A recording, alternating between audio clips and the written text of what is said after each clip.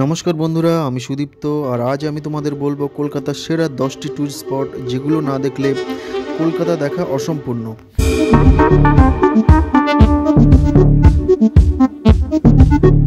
Number 1, Victoria Memorial. এটা যেন কলকাতার পরিচয়। রাজকীয় ভিউ, মিউজিয়াম আর সবুজে ঘেরা, এক কথায় অসাধারণ। Number 2, Howrah bridge. এই ব্রিজটা শুধু লোহার নয়, লাখো মানুষের আবেগ জড়ানো। সকাল বিকেল গঙ্গার ধারে দাঁড়িয়ে ছবি না তুললে কিছু একটা মিস করবেন নিশ্চয়ই। নাম্বার 3, দক্ষিণেশ্বর। মা কালী ভক্তদের অন্যতম গন্তব্য। আর হ্যাঁ, পাশে রয়েছে সুস্বাদু ফুচকা, কচুরি, মানে মন ও পেট দুই খুশি। Number 4, Belur Math.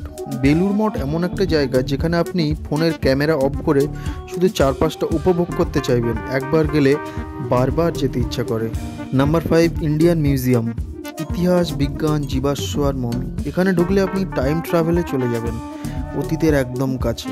Number 6, science city. Science city ছোটদের জন্য যেমন মজাদার, বড়দের জন্য তেমনি নস্টালজিক।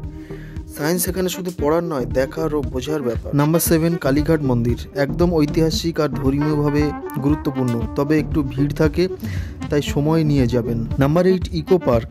আধুনিক কলকাতার 1 নম্বর ঘোরার স্পট।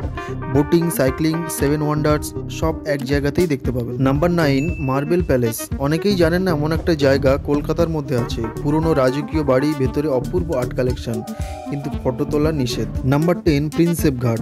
গোধূলি বেলায় গঙ্গার ধারে বসে থাকা, নৌকায় চড়ে হালকা হাওয়া খাওয়া, একটা আলাদা শান্তি পাবেন ভেতর থেকে। তো এই ছিল আমার দেখা কলকাতার সেরা 10টা ট্যুরিস্ট স্পট। আপনার প্রিয় কোনটা কমেন্টে অবশ্যই জানান।